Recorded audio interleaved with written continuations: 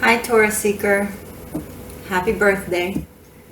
Happy full moon in Libra for today that I'm shooting this. This is April 19th. Happy Passover and Easter. And wow, a lot to celebrate, huh?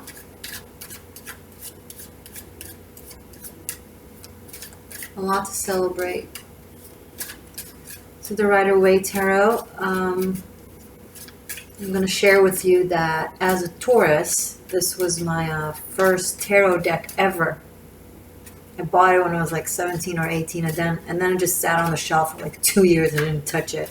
I felt unworthy. I was weird. And then first time I touched it, the rest is history.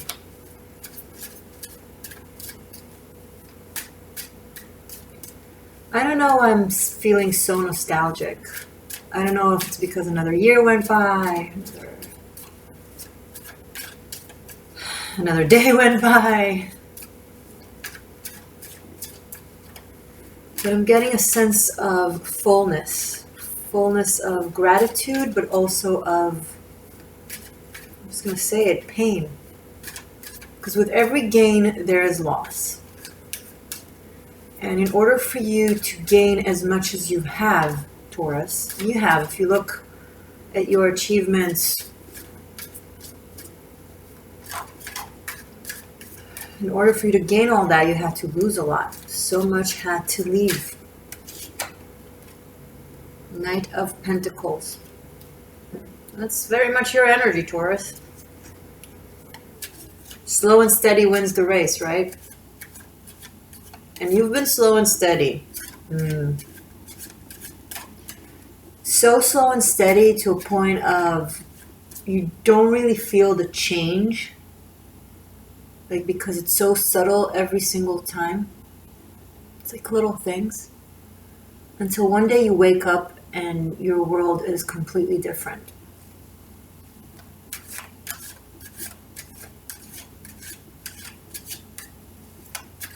Completely different. Let's keep going. This will be for Taurus Sun, Moon, Rising, Venus for the month of May. Victorian Seekers. If you're North Node Taurus, I recommend this as well. And if you don't resonate with it, maybe you should consider tapping more into your Taurus energy. Because that's our direction.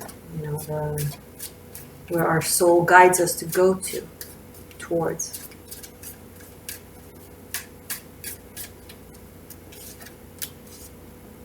Knight of Wands. Okay, so this slow movement makes some fast moving energy come towards you. It's alluring, appealing.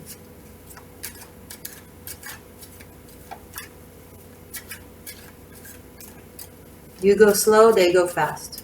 You go fast, they go slow. Like a swing. When one person goes down, the other person goes up, and vice versa. It's an annoying aspect of polarity in our life. I dislike it. I respect it as the law of the universe in this dimension that we live in this physical realm, but I understand the mechanics of it. That doesn't mean I have to like it. Oh, the nicer you are, the more the other person takes you for granted. Oh, the faster you go, the more the other person wants to slow down.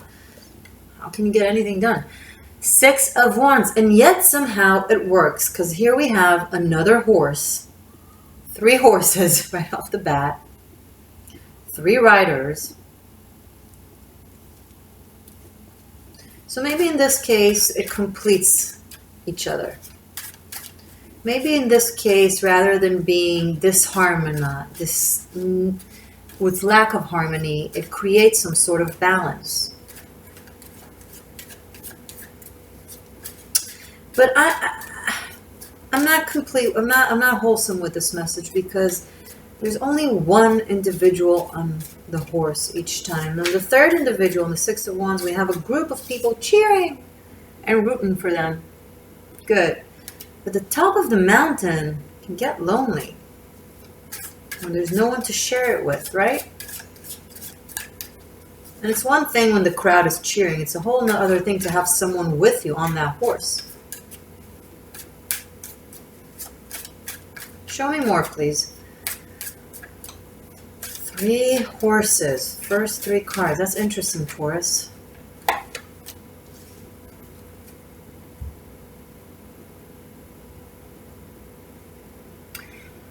What would you rather? Being alone high up on your horse or underground eye level with another person whom you can actually share that experience with?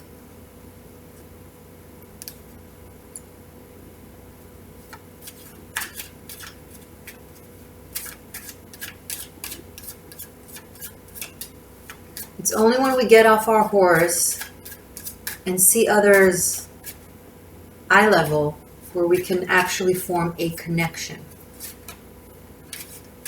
We learn about ourselves and we experience ourselves through our reflection in someone else's eye. The way other people experience us. The universe experiences itself through our set of eyes, through our points of view. And we experience metonymy, to the micro to the macro, and we experience ourselves through other people's points of view of us. This is not to say we are who other people think we are. This is to say that it allows us an objective point of view on ourselves. Okay? And that's the essence of growth here in this existence. You know, as a soul coming into a human body, we're here to experience our existence through multiple points of view. You throw a plant into the ocean. A shark comes along. They're not going to see this. They're going to see infrared. They're going to detect the heat of the plant. You're going to put the same plant next to me. I'm going to see this green, leafy, beautiful aloe vera thing that we all know. You're going to put it underground. An airplane is going to come from above. The pilot will only see a small dot. Is anybody wrong? Is anybody right? It's the same essence. You are the same soul. You are the essence of yourself. But you experience yourself in as many things as you can be through the way other people perceive you and respond to you and react to you. So if you truly want to expand and larger your energy and your frequency, you need to have connections. Success is great. Being on the horse is wonderful. But you want people to come with you on that ride, Taurus. You are such a loving being. Like, I don't know if people are aware of how soft and present Taurians are. There's nothing you can't trust a Taurus with.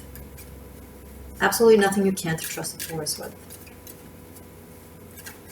There's such a sense of authenticity and sincerity. So when a Taurus is being kind to you, be kind to them. They'll stick around for a while, give you a chance, give you another chance. But then once they see that there's no reciprocity, hopefully if it's a balanced Taurus, they're going to go on their horse and ride off into the sunset on their own. One more horse, please. Death card. Ace of Pentacles. Okay, let's stop and stare for a second. So speaking of, I mentioned in the beginning the potential of north nodes in Taurus. Those come from the south node of Scorpio. You're represented by the Death card and Pluto. As a Taurus sun, you have the Scorpio engraved in you, right?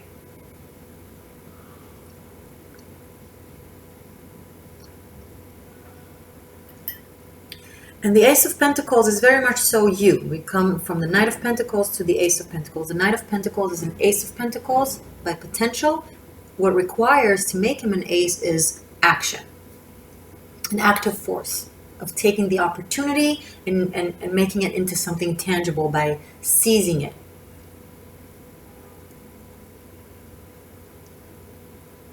So for you to go from the Knight of Pentacles to the Ace of Pentacles, you had to go through the experience of the highest and the lowest of your existence. The highest meaning being on the horse of success and up there with, with optimism and achievements and and high energy and vitality, to the depths of your darkest aspects, the Scorpio, the underworld, the pain, the loss, the intensity, the all or nothing, the vampire energy, right?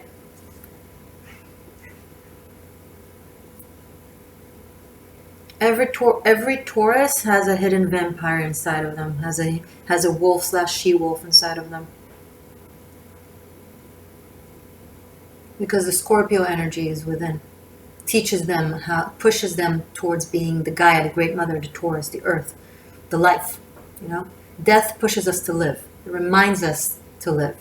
If it weren't for the notion of death, we would be taking everything for granted and just live in a constant state of leisure. But that knowing that things are temporary, that everything fades, that everything dies, pushes us to make the best out of this life, right? And you have such strong potential to make so much of that best out of your life that you have to go through that journey of the worst out of life. And you've been carried through this journey, Taurus. All these horses, call it spirit guide, call it your inner wisdom, call it your higher self, call it your instincts, spirit animal.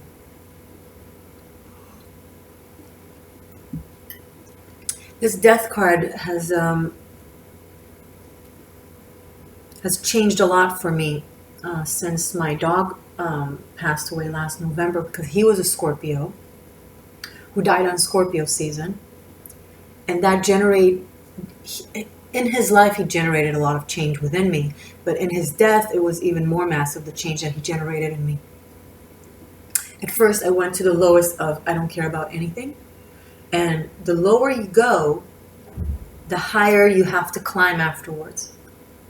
And the higher you have to climb afterwards, the more energy and life force you need to extend towards that. And the more energy and vitality and life force that you extend into everything or anything, the more you become that life force. You are what you create, you are what you do.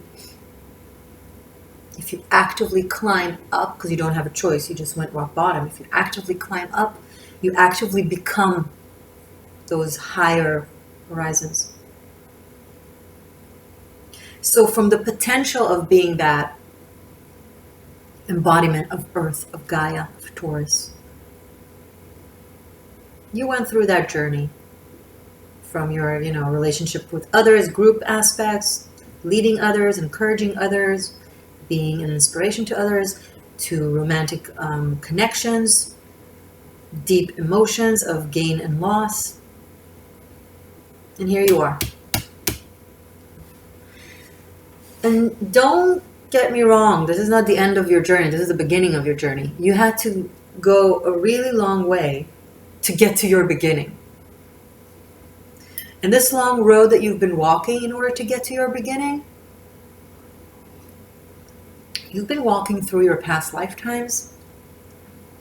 You've been walking through your dark nights of the soul. You've been walking through your raw materials. And now you're in point zero.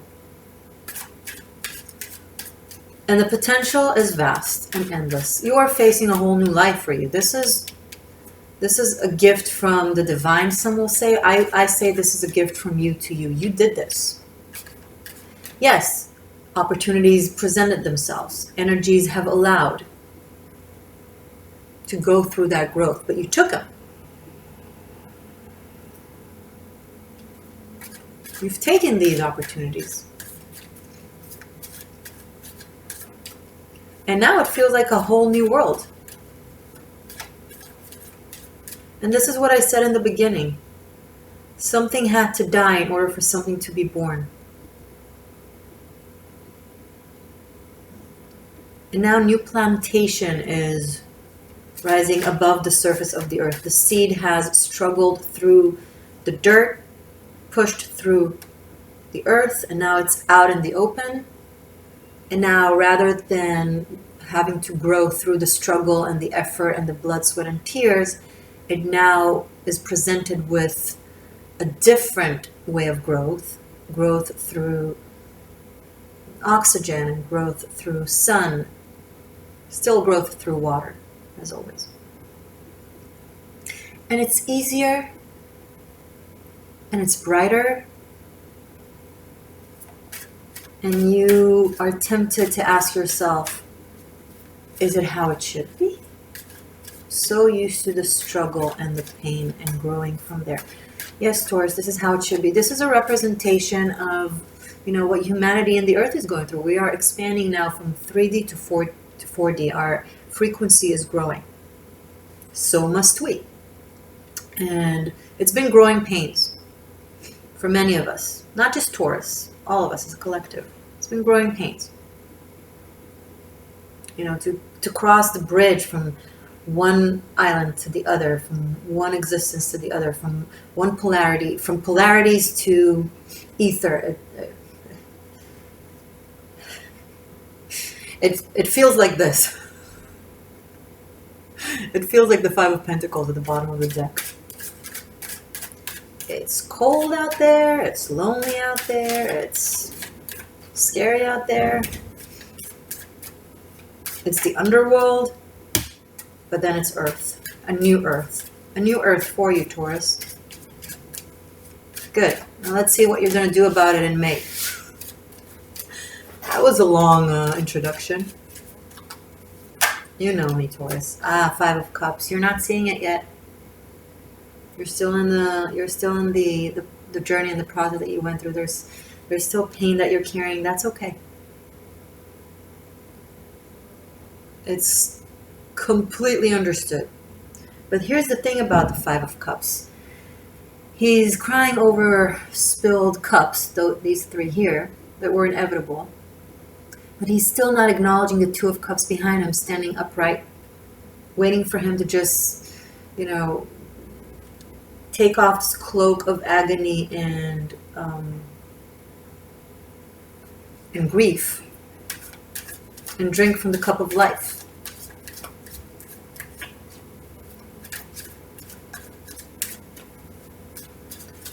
Death took, life gives. And see these Two of Cups here?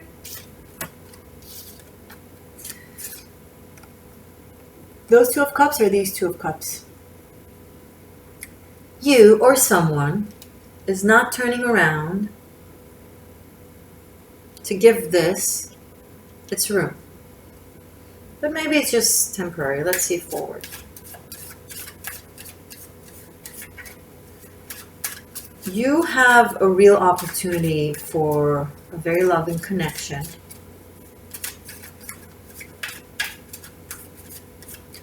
But someone is still crying over what was lost. There's no judgment here. I'm just saying things as I see them. Cry me a river. Someone is crying a river.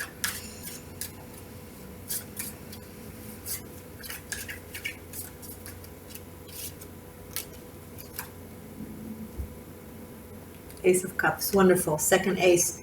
Definitely a partnership. Definitely a love connection. Definitely something that feels very healing. The Ace of Cups is it's a sense of flow and rejuvenation that some of you listening to me will find it hard to believe that it's coming because you're so immersed in some sort of agony or pain. that you won't even believe me. But there's a real new flow and sense of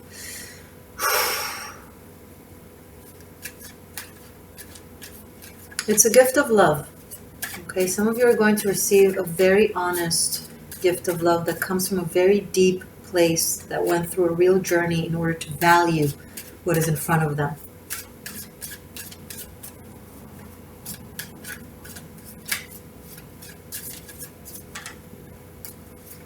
So those of you who are in this state, newfound faith is coming in. Newfound optimism. Does this want to come out? I love this. This is getting better and better. The Strength card.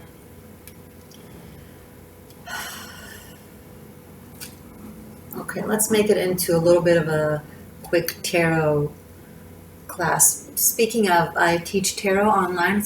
It's called my Tarot Master Class. A link is below. Every card has its own video where I explain about the cards, and I really go in depth into all their layers. I just started after finishing the minor arcana. I started the major arcana. I uploaded in the past few days the Fool and the Magician. Next come the High Priestess. And currently it's still in early bird prices because it's not a finalized project yet. But once all the videos are uploaded, so you might want to take advantage of the opportunity now. But I'm going to give you a quick taste. The Strength card. So let's talk magic, Taurus.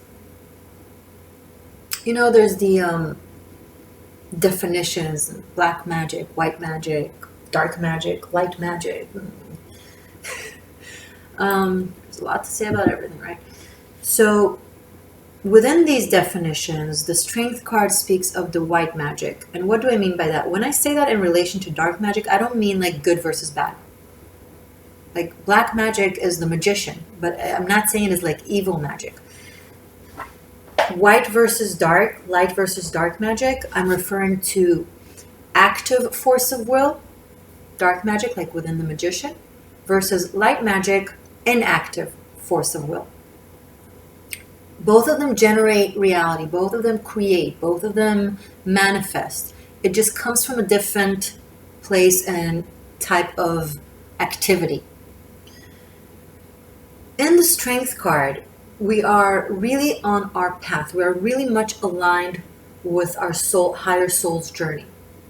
We're living our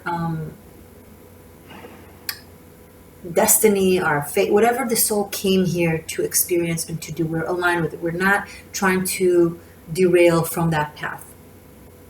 We're in very much of awareness and consciousness to who and what we are, what we're here to do, how we're here to do it.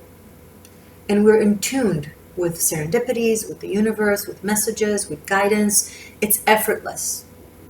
Now that sense of effortless has come after a lot of effort. We had to go through these dark moments of manifesting from forcing the will on the energies. But with the Strength card, you're not naturally are in the places that you want to be in. So you don't really have to force something. You don't have to manipulate the energies, right? The magician knows how to work with the energies. The Strength card doesn't have that need. The Strength card is being in the right place in the right time, and things just happening properly with serendipity and synchronicity. It's like being a walking spell, where you're just naturally drawn and take the right turn, and you meet the right people with ease.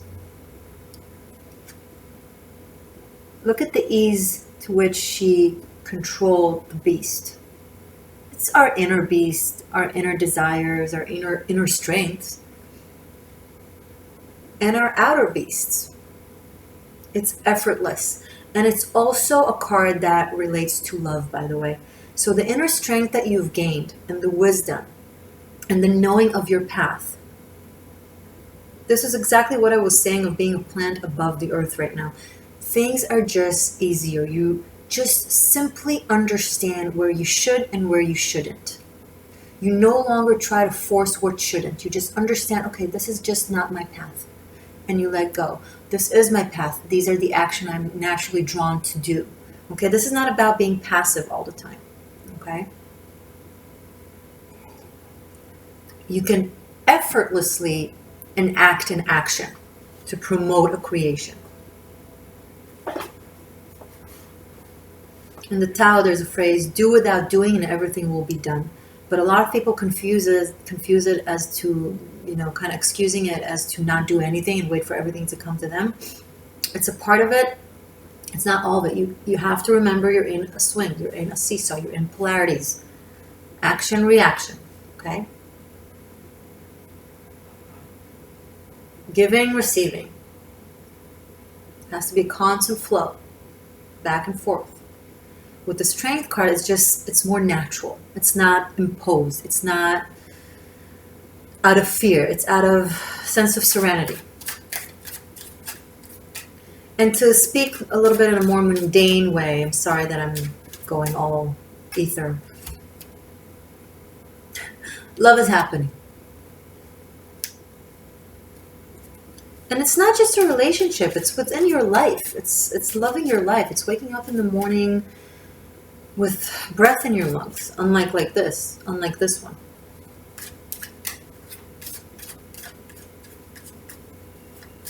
It affects your relationships with people around you. It affects your connection, your work opportunities. You just walk into a room and immediately people are drawn to you. That's the Strength card. For artists, it's also a great card. It's being center stage effortlessly. It's not even trying. It's just having that light exude from you. It's beautiful. Okay. Let's take out 3 more cards, and then I'll show you your extended. Knight of Swords. Ah, that's... Speaking of active swords. And we have another knight. This is the 3rd knight.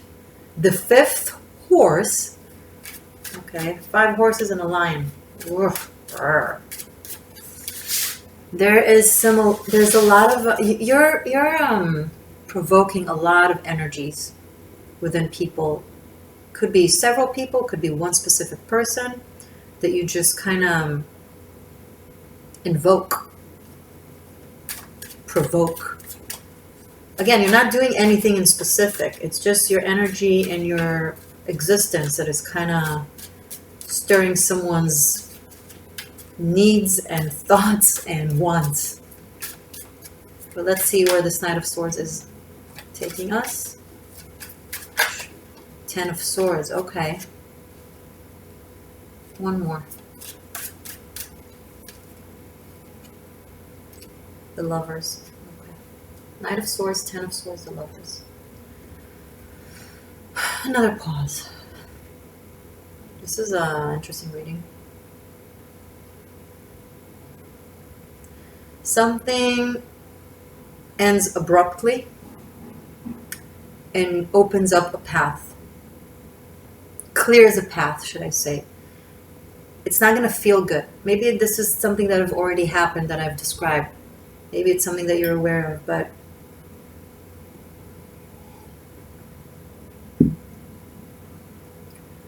it's almost like something requires an aggressive ending in order for it to properly end. I spoke of the Lover's card in the Leo reading.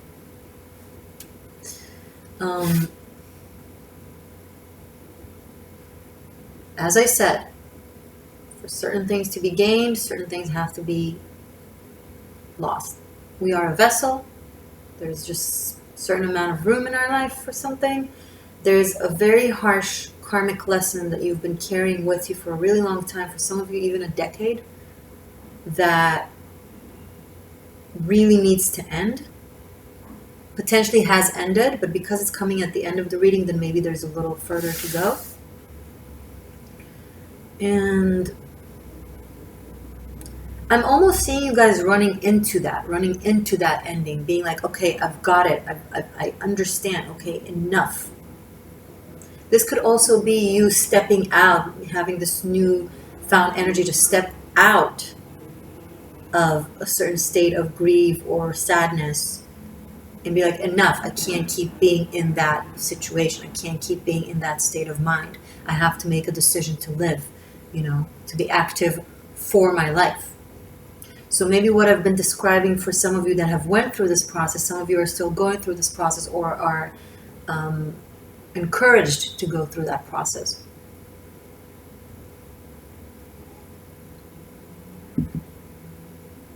It's always darkest before the dawn. And from that ending, something new can emerge and come into your life.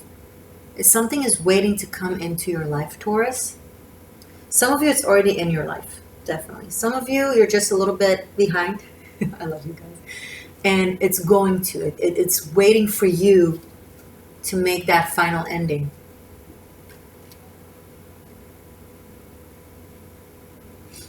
One more.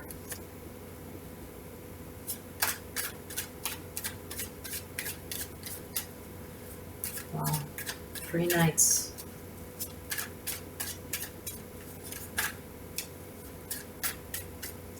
Taurus, mate, 9 of Swords. Okay, I'll take one more. Some of you are really grieving over something. I'm sorry. 10 of Wands. Okay, it's going to get longer a little bit, the reading. Oh, well. One more. For Taurus, for May, please. Show me a way out. I got it. I see that it's difficult. Show me a way out. Let's give benefic guidance, please.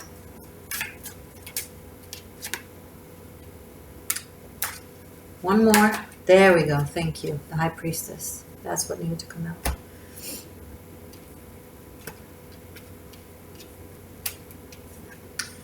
I'll give an upright and in the reverse kind of interpretation because it fell kind of crooked.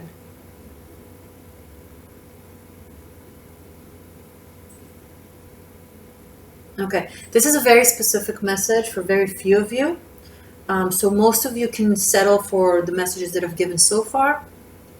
You can listen to the next message in case it does resonate with you, but don't force it on you because it's a very specific message, okay? So don't fear it or something. Just, you resonate, great. You don't, let it go. These are general readings. Watch your other placements, guys. Okay.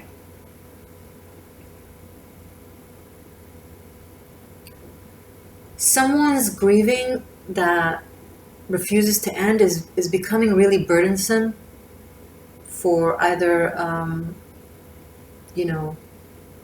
a partner or probably a partner. And it's just bringing their connection down to a very difficult space. And it pushes one person away. If you are the individual that is immersed in your pain, and there's no judgment, I'm not saying that this pain isn't, worthy of feeling. I'm the last person to tell you not to feel, but at one point it needs to stop, okay? In the Jewish religion, there's a very smart thing when it comes to grieving and death. It's called Shiva from the word 7. After a loss, you grieve for 7 days. And during those 7 days, people come and visit you and pay their, they just extend their care for you. And after 7 days, you're expected to get back to life, work, productivity. Now, this is not to say that you no longer feel the pain. It's meant for you to go through that 7 days deeply into that pain so you could process it, not suppress it, not deny it, because then it just festers inside. It's not healthy. You have to. The only way out is in. I say it all the time. You have to go through it in order to release it. But then you need to rise back up and live your life. When you stay in that space, you become that space. And that becomes a shadow to yourself, of course, to your own light, but also to people around you. And it lowers down the frequency of your existence. Once again, I'm not judging anyone who's going through grief, but you have to know when to stop and fake it until you make it. I can't stand it when people just tell someone, oh, just feel better, or just do something, or, you know. But do things not from a place of, oh, that will make me feel better, or not as sad for my loss. But do things from a place that empowers you and reminds you that you still have the ability to live, right?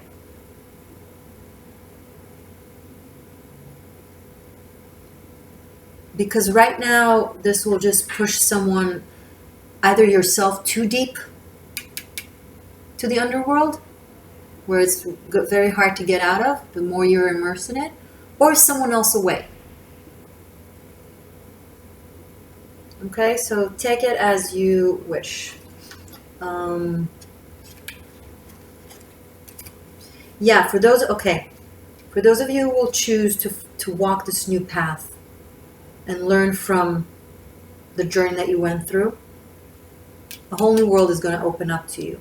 For those of you who will choose to remain in this grief, it's not going to lead you to a good place. This is time. May is the time to come back to life. Okay, don't forget, the High Priestess, she rules the underworld during winter and fall. But in the springtime, she's the one who brings the spring. She comes back to the living realm to help her mother Demeter, the Empress, rule the life and nature and birth and the cycles. And she's a happy, lovey-dovey teddy bear. Sort of. Kind of.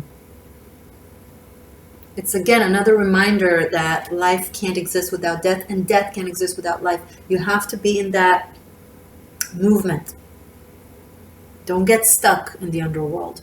If the queen of the underworld isn't stuck in the underworld, you can't be stuck in the underworld, Taurus.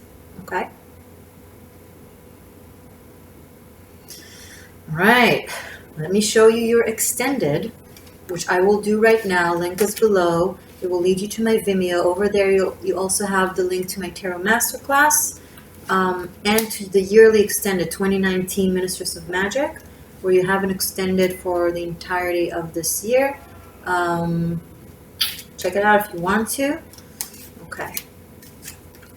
So what I'm doing, I'm taking the repetition, the numeric aspect of the reading. All right, like 2 aces, 2 tens, 3 knights, 2 fives, and I leave the major arcanas, and then we see the narrative that comes up from that, and then I clear the table, make a new shuffle of a Celtic cross, which is 10 new cards, and who knows what that will bring, and then I finish up with messages from the runes, from the Celtic runes. So extended is extended. So hopefully I'll see you there in a... Sorry, I'm just talking and doing at the same time. Ugh. Taurus, happy birthday, my loves. I love you guys very, very much. If you haven't subscribed yet, this is your opportunity to join my tribe of seekers. And I will see you regardless in June, and hopefully in a second year extended. And if not, totally cool as well. Love you guys very, very much. Happy birthday. Happy holidays. Happy May.